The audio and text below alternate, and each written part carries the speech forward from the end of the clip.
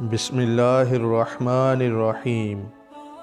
ایک صحابی رسول صلی اللہ علیہ وآلہ وسلم حضرت حبیب بن فدیک رضی اللہ تعالی عنہ آپ کہیں جا رہے تھے کہ آپ کا پاؤں اتفاقاً ایک زہریلے سانپ کے انڈے پر پڑ گیا۔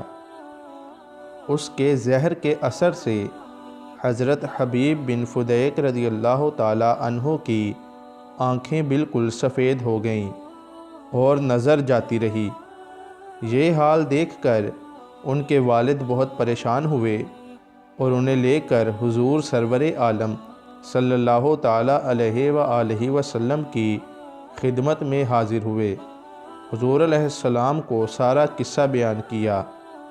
حضور صلی اللہ علیہ وآلہ وسلم نے سارا قصہ سن کر اپنا تھوک مبارک ان کی آنکھوں میں ڈالا تو حضرت حبیب بن فدیک رضی اللہ تعالی عنہ کی اندھی آنکھیں فوراً روشن ہو گئیں اور انہیں نظر آنے لگا۔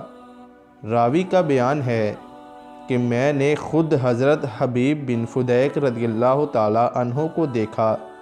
اس وقت ان کی عمر 80 سال تھی اور آنکھیں تو ان کی بالکل سفید ہی تھیں، مگر حضور علیہ السلام کی تھوک مبارک کے اثر سے نظر اتنی تیز تھی کہ سوئی میں دھاگا ڈال لیتے تھے۔ وَمَا عَلَيْنَا إِلَّا الْبَلَاغُ الْمُبِينُ۔